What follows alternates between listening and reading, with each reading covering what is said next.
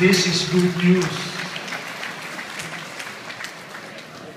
Kasi hindi mo sumasagot sa mga text. Natakot ako baka may sumagot sa text from heaven or from purgatory. Pero andito pa pala sila. And it's good to see old friends, former students, among the clergy, former companions, among the religious, who are here and as one community in singing the praises of God. There is much to share with you, but a side of me also is saying, maybe it's better not to talk. Maybe in a situation like we're in right now, silence might be a better way of celebrating. Kaya lang umupo kayo Hindi ibig sabihin mag-humili ako. Hindi magsasabi lang ako ng kaunti. Just three brief points. I hope brief. First, the first point that I want to offer as a reflection is we are celebrating the birth of the Diocese of Palo 75 years ago.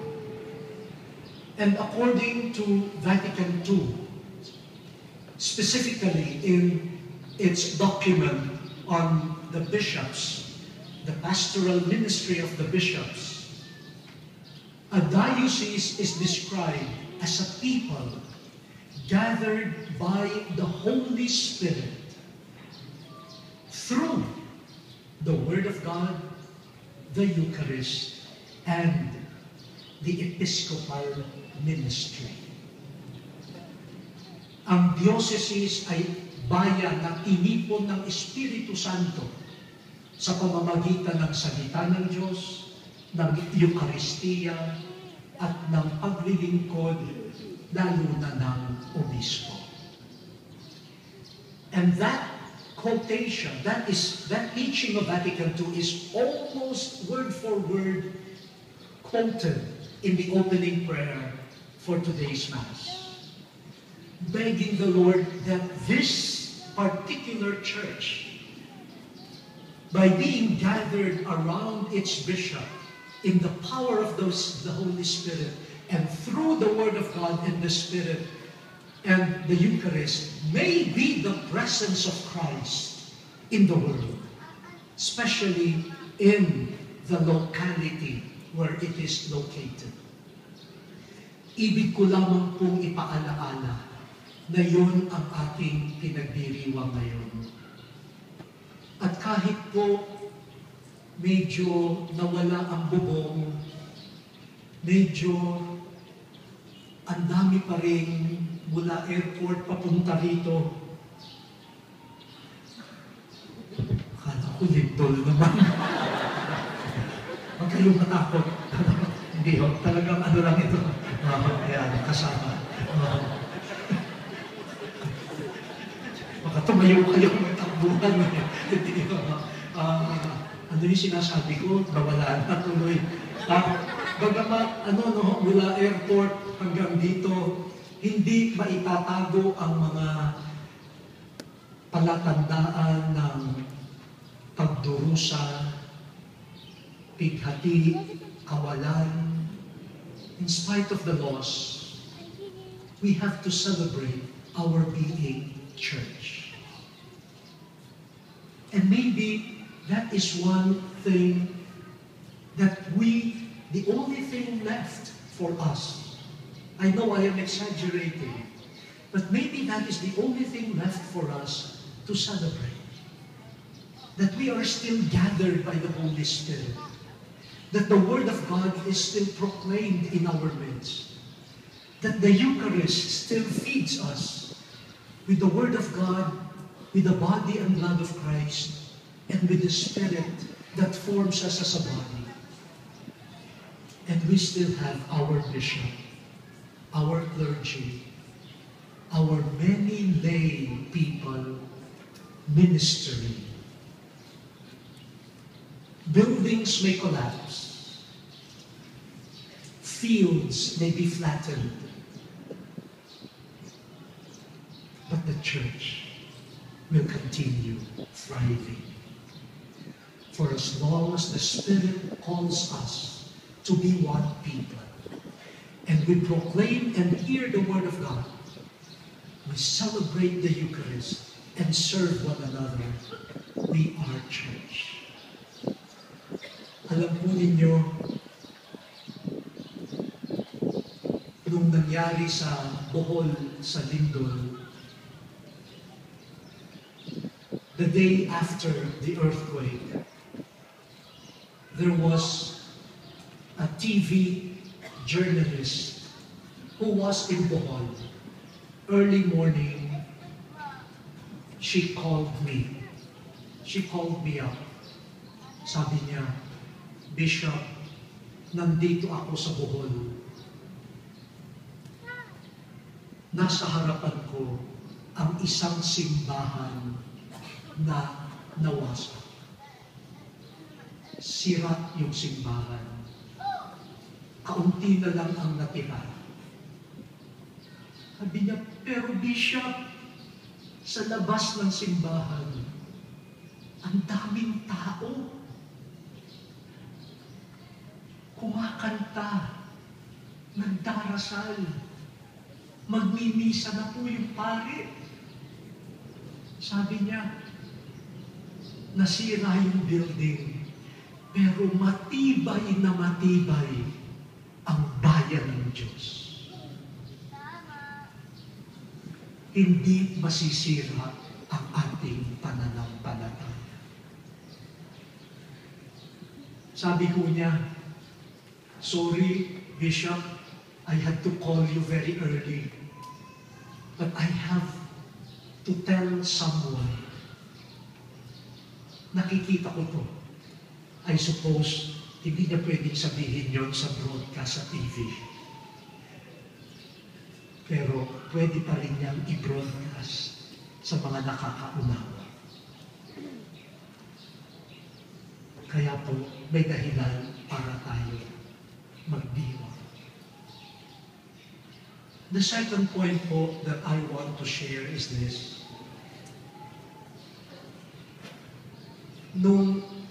When I confirmed to Bishop John Doe that, yes, I am ready to come, sabi niya, thank you. You will console us. Pati po sa aeroplano kanina, sabi ng mga tao, salamat po, you will be able to console us. Pero alam ninyo, mga kapatid, lalo na po dito sa Pano, mula po December 8, kayo ang nagko-console sa aming lahat. You think we are the ones stronger, more lucid, that we come to the rescue with relief goods and with kind words to strengthen you. But I want to tell you, in your hidden, silent ways, through your tears, and through the laughter and the jokes of the young people, you have inspired the whole nation, in fact, the whole world. You are inspiring the whole world, my dear brothers and sisters. And you have inspired us to rediscover what being human is all about. You have inspired us to rediscover what faith is all about. You have inspired us to love once again, to think of others, to be brave, to smile, and to hope. You have been witnesses to the courage of the human spirit and the resilience of people who follow Christ. Kaya po, nandito ako, hindi lamang para makiisa sa inyo, para i-encourage kayo, kundi pasalamatan kayo sa napakaraming kabutihan na ginagawa ninyo sa bayang Pilipino. Hindi nyo lang po alam. At para po sa mga kapatid nating pare, lalo na sa Archdiocese of Palo, we just had a meeting of the clergy of Manila. The clergy of Manila, the priests of Manila, want to convey to you, to Archbishop and to all of you, our communion. Our communion. In fact, last November 16, in the Archdiocese of Manila, for you and with you, we had a worship service, lament and hope. It was a whole worship of tears and grieving, of lamentation.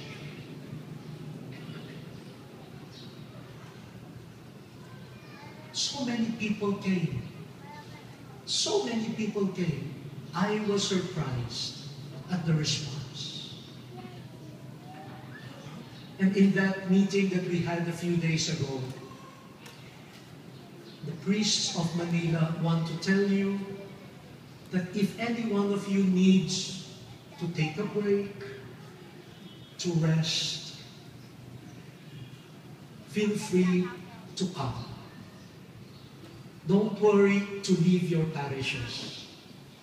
Our priests from Manila will come and take your place. Makapagpahinga lang daw kayo. Hindi naman siguro yung excardination. Pero kung may kailangan daw na magpahinga, no, they're willing to come and to take care of your ministry while you are resting. And also, the priests decided that the gifts that they will receive from the Archdiocese this Christmas, in kind and in cash, they will forego. They will forego. And they will be part of our help to all of you. So, sa mga kapatid kong pare, bago ako umalis mamaya, magpalista na kayo. Magpaalam muna kay Archbishop. But the offer is there. The offer is there. No? We know you are dislocated, you are worried, you are sleepless these past days. So, the offer is there. Pero alam niyo po, for me so far, the biggest so far effect of the survivors of Yolanda from Samar, Leyte, Cebu, Iloilo, Capiz, Aklan, Masbate, Coron in Palawan. How, my dear brothers and sisters, how you have touched the international community and how you have touched Pope Francis, our Holy Father. Last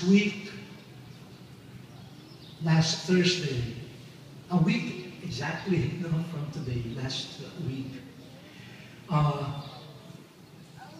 nagkaroon po ng blessing of the image, the icon, mosaic of San Pedro Calungsod in St. Peter's Basilica. The Holy Father blessed the image and he asked me to celebrate the Mass.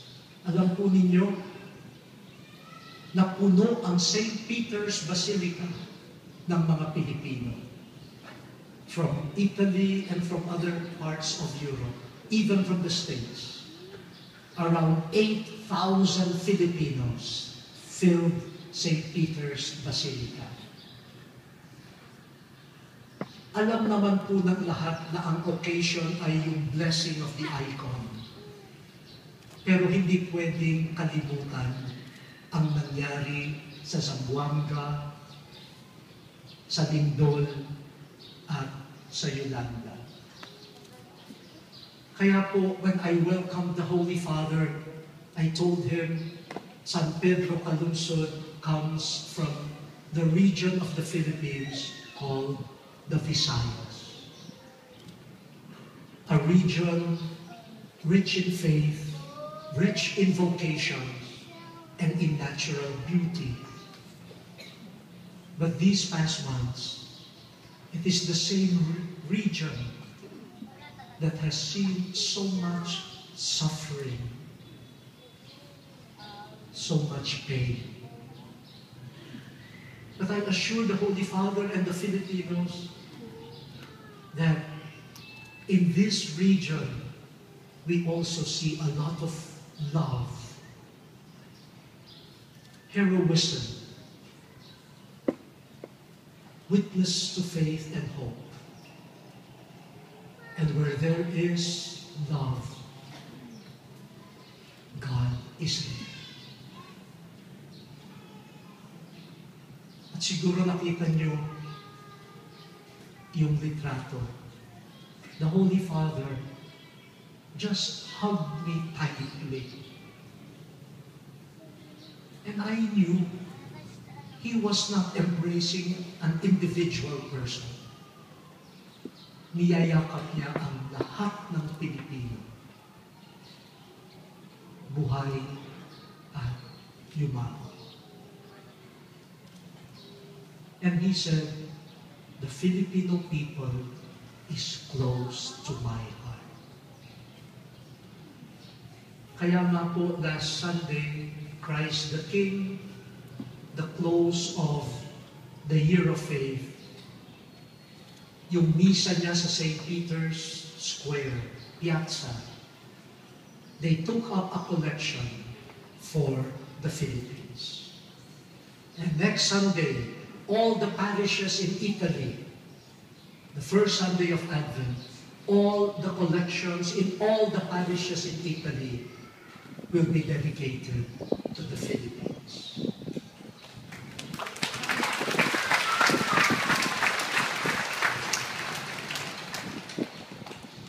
Huwag po kayong yayabang mga kapatid sa palo, pero in a real sense, the universal church now finds itself here. All the eyes, the hearts are focused here with an outpouring of love. And where love is, God is.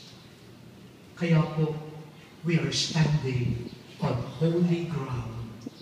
This is holy ground. God is with us. At panghuli po, bago umulan, dumidilim na doon. Panghuli po, akala ko babaguhin yung mga readings for today eh. Hindi ho binago.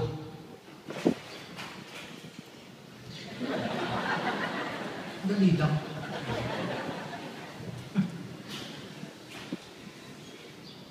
A part of me was wishing sana baguhin yung readings, lalo na yung first reading, si Daniel. Kasi sabi ko parang nakakahiya naman. Mabuti pa si Daniel na iligtas sa leon. Sabi ko, Lord, kaya mo naman palang magligtas. Nailigtas mo nga si Daniel. Bakit hindi mo nailigtas yung marami pa?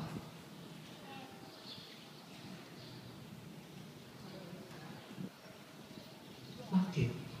Bakit? Yun ang kinatatakutan ko. Sana ibang first reading ang gamitin. Yun ang ginamit. Bakit? The Pope told the Filipinos gathered in St. Peter's, do not be afraid to ask God why. Bakit? Sabi niya, baka sa ganitong panahon, yun ang tamang dasal. Bakit?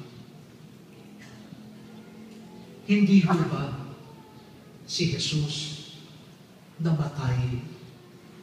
At sabi ni San Mateo, the last word of Christ before dying was, why did you abandon me? Jesus died asking, why? And as though he has reached the limits of his asking, according to St. Matthew, he let out a loud cry. Probably that was the loudest cry on earth. And then he died. No more words. Just a loud cry. Bearing all the questions of humanity in a loud cry. Why? Why? The Holy Father tells us, and I want to relay with it to you, huwag po tayong matakot na manalangin. Bakit? Diyos. Sabi po ni Papa Francis, kapag ang mga bata nagtatanong sa mga magulang, bakit uulan? Bakit may araw?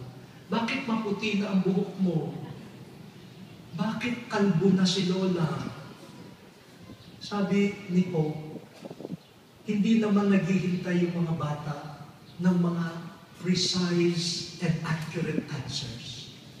Sa pagtatanong ng mga bata ng why, bakit, they are really attracting the attention of the parents. Sabi niya, keep on praying. My dear Filipinos, keep on asking God, who is Father, why? Maybe our whys will attract the Father to look at us. And even if there are no answers, we are content. His eyes are on us. And in the end, that is the thing that matters. The Father is with us. Not with an answer, but with a presence. With a loving presence.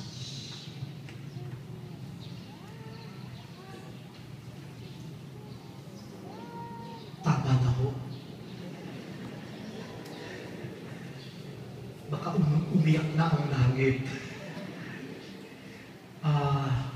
So, ibig ko lang pong ipaabot sa inyo na po ang aming pakikiisa muli sa pagiging diocese ng Palo.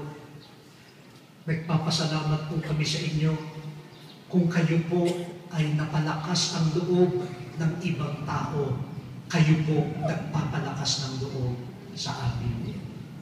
At manalangin tayo. Huwag magsasawa sabihin sa Diyos, bakit? Ayan na, baka tumitingin na ang Ama. Let us pause and open our hearts to the Spirit that has gathered us as one people. Let us open our hearts to His life-giving word and in the presence of Jesus in our midst.